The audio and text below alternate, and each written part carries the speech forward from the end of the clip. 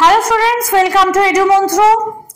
2025-এ আমাদের নতুন একটা সাবজেক্ট আসতে চলেছে। সেই সাবজেক্টটা হলো বাংলার ঐতিহ্য এবং সংস্কৃতি। এই বিষয়ের উপর আমাদের সেরকম কিছু বিষয় হাতে নেই বা সেরকম কিছু ম্যাটেরিয়াল হাতে নেই। তো যারা 2025-এ WBCS পরীক্ষা, মেন্স পরীক্ষা দেবে, তো তাদের কথা মাথায় রেখে আমি কিছু বিষয় যেগুলো বাংলার নিজস্ব সংস্কৃতি তার উপর কিছু বিষয় তোমাদের সঙ্গে আলোচনা করছি। হয়তো এই বিষয়গুলো পড়াশোনা করে রাখলে বা এই বিষয়গুলো জানা থাকলে তোমাদের সেই সময় মেন্স পরীক্ষার সঙ্গে অন্যান্য বিষয়গুলি পড়ার সঙ্গে সঙ্গে এই বিষয়টি ক্র্যাক করতে তোমাদের হয়তো সুবিধা হবে। কারণ আমাদের বাংলার নিজস্ব কিছু বৈশিষ্ট্য আছে, নিজস্ব কিছু সংস্কৃতি আছে বা নিজস্ব কিছু জিনিস আছে যেগুলো একান্তই বাংলার নিজস্ব সংস্কৃতি, নিজস্ব কালচার। তার মধ্যে আজকে আমরা যে বিষয়টি পাবো সেটা হচ্ছে কালীঘাটের পটচিত্র। দেখো, কালীঘাটের পটচিত্র খুব প্রাচীন কালে চলছিল এবং কালীঘাট মন্দির স্থাপিত হওয়ার পরে, মানে মা কালীর মন্দির স্থাপিত হওয়ার পরেই এই পটচিত্র তৈরি হয় এবং আমাদের বাংলা সংস্কৃতির বিস্তারে এই পটচিত্র একটি গুরুত্বপূর্ণ ভূমিকা পালন করেছিল। বর্তমানে হয়তো তোমরা এখন অনেকেই জানো না যে পটচিত্র হাতে আঁকা হতো এবং এর একটা বিশাল বিশ্বব্যাপী একটা ভাবনা ছিল এবং এই পটচিত্র একটা সময় দেখা গিয়েছিল যে সাধারণ মানুষের মধ্যে প্রবলতর একটা উন্মাদনা এনেছিল এই পটচিত্র। যাই হোক, এই পটচিত্র কিভাবে এলো এবং এর বৈশিষ্ট্যগুলো কি কি সেটা নিয়ে আজকে আমাদের এই ভিডিও। কলকাতার কালীঘাট মন্দির প্রতিষ্ঠিত হয় 1798 খ্রিস্টাব্দে। মন্দিরে ভক্তবৃন্দে যাতায়াতের ফলস্বরূপ আশেপাশে গড়ে ওঠে নানান ধরনের দোকান, অর্থাৎ মন্দিরে যে পুজো দিতে আসছে ভক্তবৃন্দরা সেই পুজোর দোকান, পুজোর ডালা, ফুল, মালা, এই ধরনের বিভিন্ন রকমের দ্রব্যাদি এবং তার সঙ্গে যারা পূজার্থী আসছেন, ভক্তবৃন্দ আসছেন, তাদের প্রয়োজনীয় বিভিন্ন ধরনের দোকান, যেমন ধরো কিছু খাবারের দোকান বা কিছু কাঁসা পেতল বা এই ধরনের পূজার সামগ্রী বিক্রির দোকান বা তার সঙ্গে সঙ্গে কিছু জামা কাপড় বা এরকম ধরনের বেশ কিছু দোকান ওখানে গড়ে উঠতে শুরু করে এবং পূজার সামগ্রী সহ সেখানে বিক্রি হতে শুরু করে কি নানান ধরনের পুতুল, দেবদেবীর মুখাবয়ব, যেটা এখন অব্দি তোমরা যারা কালীঘাটে গেছো বা কালীঘাটের সম্পর্কে জানো তারা নিশ্চয়ই জানো। ওখানে দেখবে এখন অব্দি ঠাকুরের, দুর্গার, কালী, গণেশ এদের মুখ পাওয়া যায়, হ্যাঁ, ছাঁচে দেওয়া শুধুমাত্র মুখটা, এবং সেটা অনেক ক্ষেত্রে পুলোর ওপরে সেট করা থাকে বা এমনি একটা সরার ওপর সেট করা থাকে। এরকম ধরনের বিভিন্ন জিনিস এখনো পর্যন্ত পাওয়া যায়, মাটির তৈরি করা হয়। তো তখনও কিন্তু এই ব্যাপারটা ছিল এবং একটা সময় আমরা দেখেছি যে এই দেবদেবীর এই জাস্ট একটা মুখটা শুধু একটা বাড়িতে সাজিয়ে রাখার বা বাড়িতে ঢোকার মুখে বা বেরোনোর মুখে এইরকম ধরনের একটা মূর্তি রাখার একটা প্রবল বৈশিষ্ট্য লক্ষ্য করা যেত। মানে আগেকার দিনে প্রায়শই প্রচুর বাড়িতে এই ধরনের মুখ রাখার একটা প্রচলন ছিল। তারপরে আস্তে আস্তে এখানে আগমন ঘটলো নিম্ন বর্গের কিছু হিন্দু এবং মিশ্রজীবী মানুষের, যারা পটুয়া রূপে গণ্য।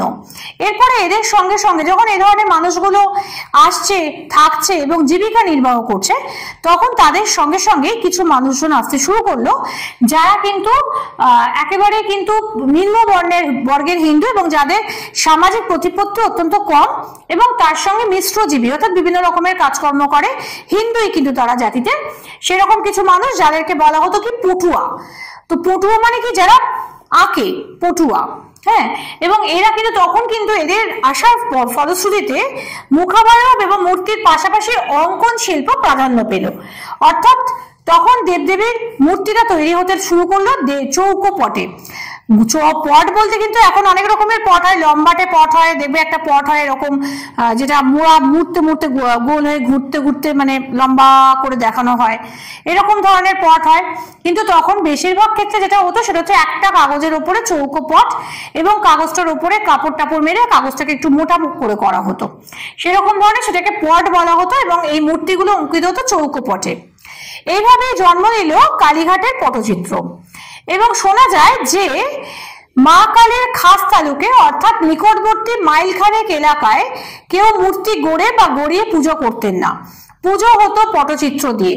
যেহেতু ওখানে মা কালী স্বয়ং অবস্থান করছেন, তাই কালীঘাটের মাইলখানেক চারপাশের মাইলখানেক অংশে কেউই কিন্তু মূর্তি গড়িয়ে বা দেবীর মূর্তি আনিয়ে পুজো করা হতো না। সেক্ষেত্রে ওই অঞ্চলটাতে, সম্পূর্ণ অঞ্চলটাতে পুজোই হতো পটচিত্রের মাধ্যমে। কালীঘাটের পট একটা সময় নিকৃষ্ট চিত্রকর্ম বলে কিন্তু বিবেচিত হতো। পরবর্তীকালে এই দৃষ্টিভঙ্গিটা পাল্টায় এবং আশুতোষ সংগ্রহশালায় রক্ষিত আছে যে প্রাচীনতম পট, সেটা হচ্ছে কালী পট, অর্থাৎ মা কালীর যে পট, সেই প্রথম পটটা আমরা যেটা পাচ্ছি, খুব বিখ্যাত পট, গুগলে সার্চ করে দেখতে পারো। সেই পটটা হচ্ছে কালী পট, অর্থাৎ মা কালীর পট, এবং ঘন জল রঙে আঁকা পটটি কালক্রমে বদলে যায় বিষয় এবং তাদের চিত্রিত হতে থাকে সমকালীন জীবনযাপনের চিত্র।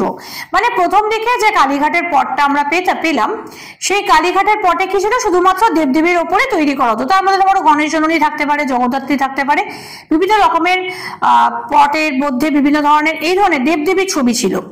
কিন্তু পরবর্তী ক্ষেত্রে আমরা দেখব যে শুধুমাত্র দেবদেবীর ছবি নয়, সেখানে কিন্তু সমসাময়িক অবস্থা, সামাজিক অবস্থার বিষয়গুলিকে তুলে নিয়ে সেই সব জিনিসের উপর সমকালীন বিষয় নিয়ে পট আঁকা শুরু হতে থাকে।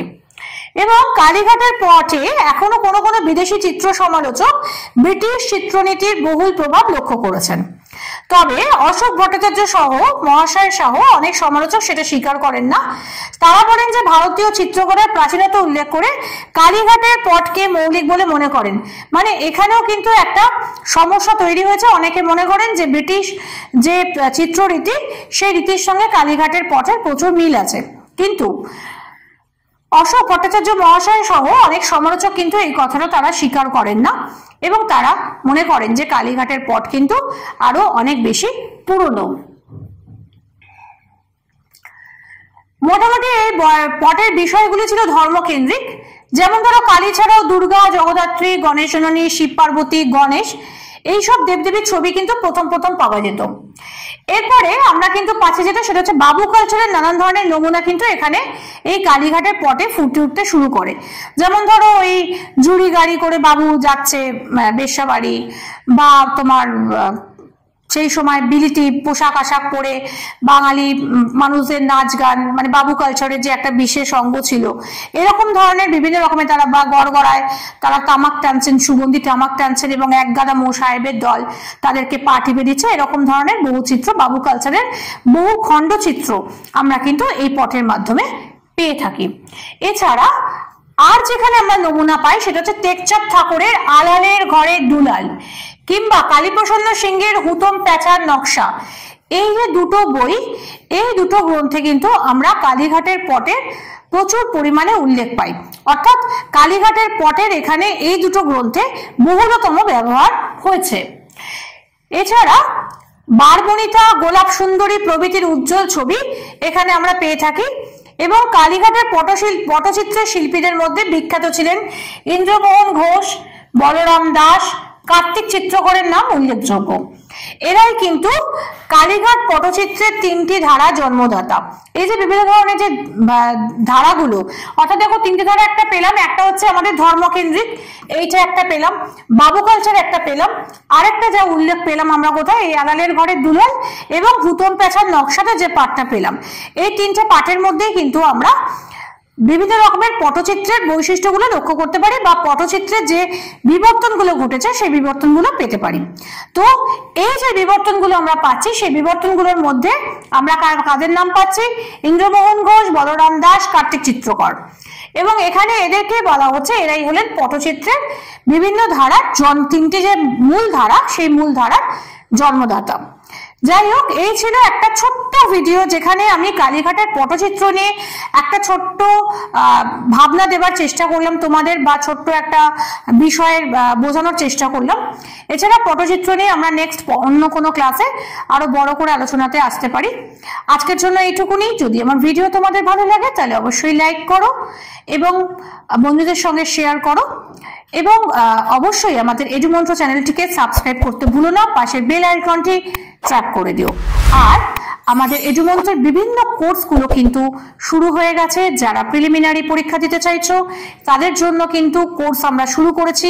তার জন্য আমাদের এডুমন্ত্রের অফিসিয়াল নম্বরে অবশ্যই যোগাযোগ করো। এছাড়া ডেসক্রিপটিভ বেঙ্গলি, অপশনাল বেঙ্গলি এবং ডেসক্রিপটিভ ইংলিশের জন্য প্র্যাকটিস সেটের জন্য তোমরা কিন্তু অবশ্যই যোগাযোগ করো আমাদের এডুমন্ত্রের অফিসিয়াল নাম্বারে। আজকের জন্য এইটুকুনি। এই ধরনের ভিডিও নিয়ে আবার ফিরে আসবো খুব শিগগির।